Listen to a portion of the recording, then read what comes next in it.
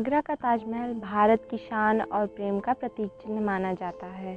उत्तर प्रदेश का तीसरा बड़ा जिला आगरा ऐतिहासिक दृष्टि से काफ़ी महत्वपूर्ण है। मुगलों का सबसे पसंदीदा शहर होने के कारण उन्होंने दिल्ली से पहले आगरा को अपनी राजधानी बनवाया। इतिहास के अनुसार इब्राहिम लोदी ने इस शहर को सन 1504 में बसाया था।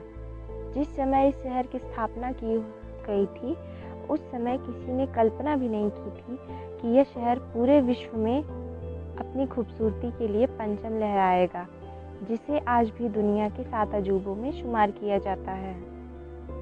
स्थापत्य कला का जीती जागती तस्वीर। आगरा शहर दिल्ली के करीब 200 किलोमीटर की दूरी पर स्थित है, जिसे बनवाने के लिए बगदाद से एक कारीगर को बुलवाया गया जो पत्थर पर घुमावदार अक्षरों को तराश सकता था।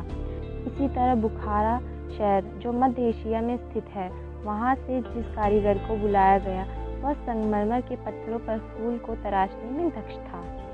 विराट कद के गुंबदों का निर्माण करने के लिए तुर्की के इस्तांबुल में रहने वाले दक्ष कारीगर बुलाया गया था।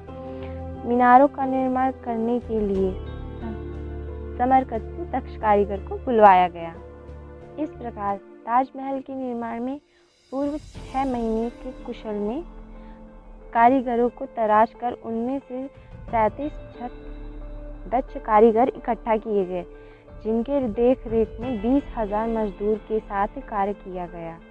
इसी प्रकार ताज में निर्माण लगाई गई सामग्री संगमरमर, पत्थर, राजस्थान से मकराना से अन्य कई प्रकार की कीमती पत्थर एवं रत्न बगदाद, अफगानिस्तान, तिब्बत, इजिप्ट, रूस, ईरान आदि कई देशों से इकट्ठा कर उन्हें भारी कीमतों पर खरीदकर ताजमहल का निर्माण करवाया गया। ईस्वी 1630 में शुरू हुआ।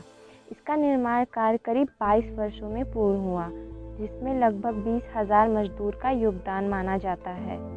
इसका मुख्य गुंबद 60 फीट ऊंचा और 80 फीट चौड़ा है। मुगल बादशाह की मोहब्बत और शिद्दत का परिणाम ही है ताजमहल, जिसे खूबसूरती का नायाब हीरा कहा जाता है। गुंबद नुमा इस इमारत को जब आप सिर उठाकर ऊपर देखते हैं तो इसकी नक्काशीदार छतें और दीवारें किसी आश्चर्य से कम नहीं लगती। इसका यह ऐतिहासिक तो बड़े बच्चे सभी की जुबान पर है कि मुगल बादशाह शाहजहां और अपनी दूसरी पत्नी मुमताज महल की याद में ताजमहल का निर्माण करवाया था। यमुना नदी के किनारे सफ़ेद पत्थरों से निर्मित अलौकिक सुंदरता की सफ़ेद तस्वीर ताजमहल न केवल भारत में बल्कि पूरे विश्व में अपनी पहचान बन चुका है। प्यार की इस निशानी को देखने के लिए दूर देशों से हजारों सैलानी यहाँ आते हैं। दुधिया चांद से नहा रहे ताजमहल की खूबसूरती को निहारने के बाद आप कितनी भी तारीफ क्यों न करें, वह तारीफ फीकी लगती हैं। आगरा में ताजमहल के अलावा भी कई चीज़ें देखने लायक हैं, जैसे आगरा फोर्ट यहाँ के महत्वपूर्ण इमारतों में से एक है। इसका निर्माण 1565 में मुगल सम्राट अकबर ने कराया था। स्थापत्य कला का यह बेजोड़ नमूना लाल पत्थरों से निर्मित है। इसमें जहांगीर महल दीवाने खास भी था, जो खूबसूरत शीश महल के रूप में प्रचलित है।